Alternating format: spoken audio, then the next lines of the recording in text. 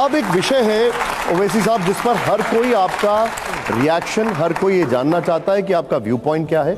वो है UCC, uniform civil code.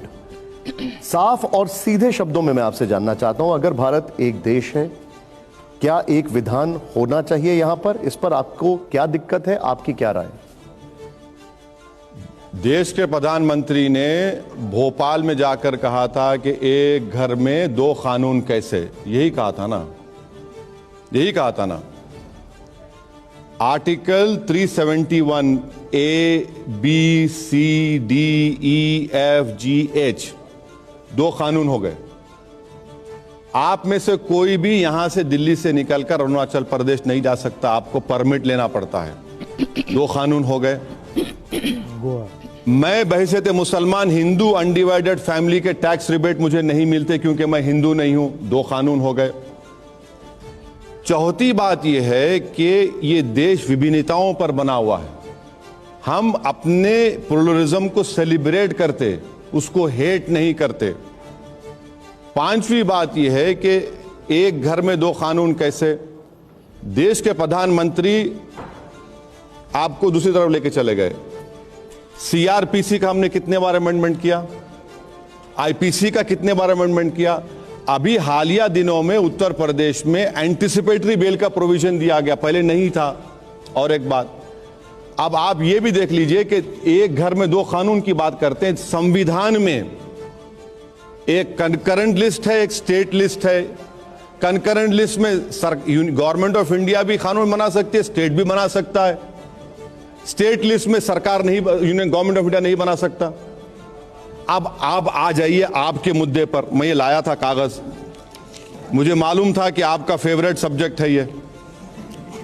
अब आप बताइए, Hindu marriage act section 5 subsection 4(5) में यह कहा गया कि हिंदू रिलीजन में सपिंडा रिलेशन होगा। बाप की तरफ से 7 पीढ़ी, मां की तरफ से 5 पीढ़ी में शादी नहीं हो सकती। मगर उसमें आपने एक एक्सेप्शन का अवॉर्ड कर दिया, अगर कस्टम और यूसेज है तो। दो कानून हो गए। फिर आपने सेक्शन 7 हिंदू मैरिज एक्ट में कह दिया कि हिंदू रस्मों रिवाज से शादी होगी, अगर कस्टम है तो कस्टम से भी हो जाएगी। फिर आपने सेक्शन 2 में शेड्यूल्ड ट्राइब्स को हिंदू मैरिज एक्ट से एग्जाम दे दिया, दो कानून हो गए। फिर आपने तमिलनाडु में Hindu marriage act, Tamil Nadu amendment act 1967 में यह कहा कि सूय मर्यादाई और सितरुतुराती में वहां अलग होगी, दो कानून हो गए। हिंदू सक्सेशन एक्ट में आपने दो कानून पैदा कर दिए। अच्छा, section 6 devolution of interest HUF का जिक्र मैंने कर दिया। फिर आपने हिंदू माइनॉरिटी गार्डियनशिप एक्ट में आपने दो कानून बना दिए। फिर आपने सिखों के लिए आनंद मैरिज एक्ट 2012 में बनाया, उसमें दो कानून बन गए। फिर हमने सुनिए दो कानून, अरे बहुत एग्जाम, दो कानून खाली शॉर्ट में बोल रहा हूं, वरना तो 1 घंटा बोल सकता हूं। छोटा नागपुर, झारखंड में छोटा नागपुर टेनेंसी एक्ट है 1908 का, आदिवासियों की जमीन का प्रोटेक्शन का एक्ट। फिर संथाल परगनास टेनेंसी एक्ट है 1949 झारखंड में, हमने दो कानून बना दिए। सर यही तो सवाल है कि ये सब खत्म हो जाएगा ना जब वो आएगा तो। पप्पा जी ने आपको फोन करके कहा था क्या बंद कर दे, निकाल देंगे? हैं, क्या बात कर रहे हैं, खत्म कर देंगे आप प्रधानमंत्री मणिपुर का नाम नहीं ले सकते? आपको मालूम कि नॉर्थ ईस्ट में महिलाएं पॉलिएंड्री करती हैं,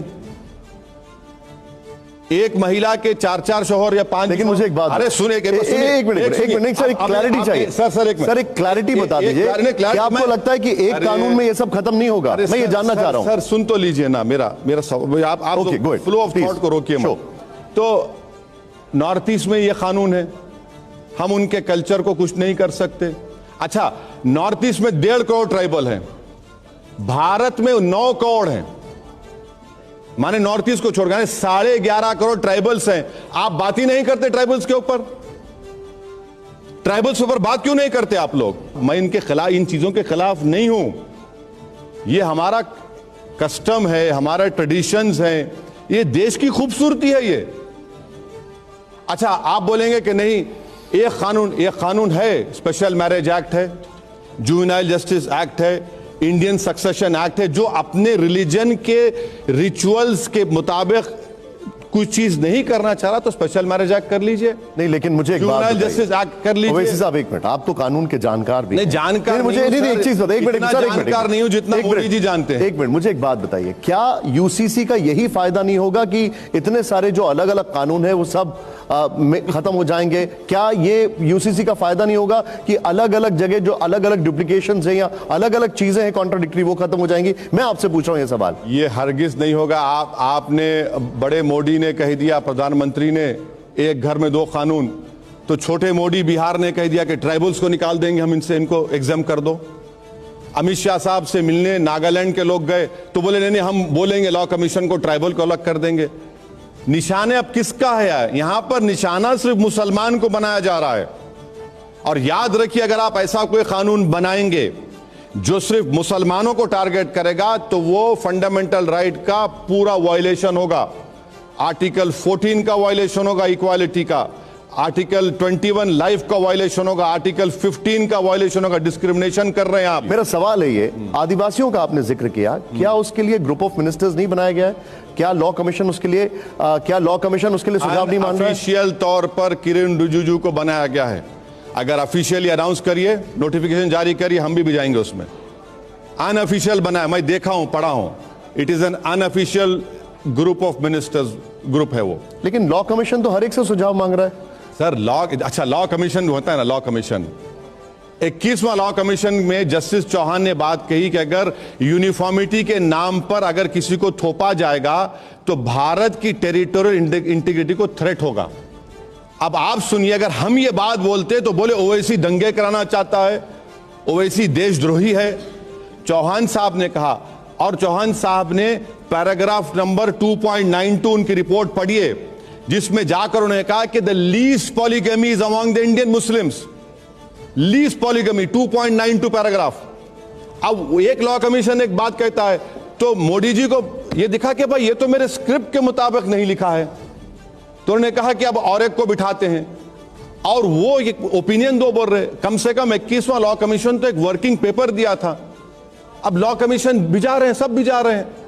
आपने क्या सजेशन दिया है लॉ कमीशन को? यही जितने बातें हमने आपसे कही हैं, हमने उनसे यह भी कहा है कि भाई साहब, हम अपने कानून के मुताबिक, अपने कुरान और सुन्नत के मुताबिक अपनी जिंदगी गुजारना चाहते हैं। मैं तो आपको आप ये देखिए, आप ये नहीं कह सकते कि ये समुदाय का अच्छा है तो मैं इस पे थोप दूंगा।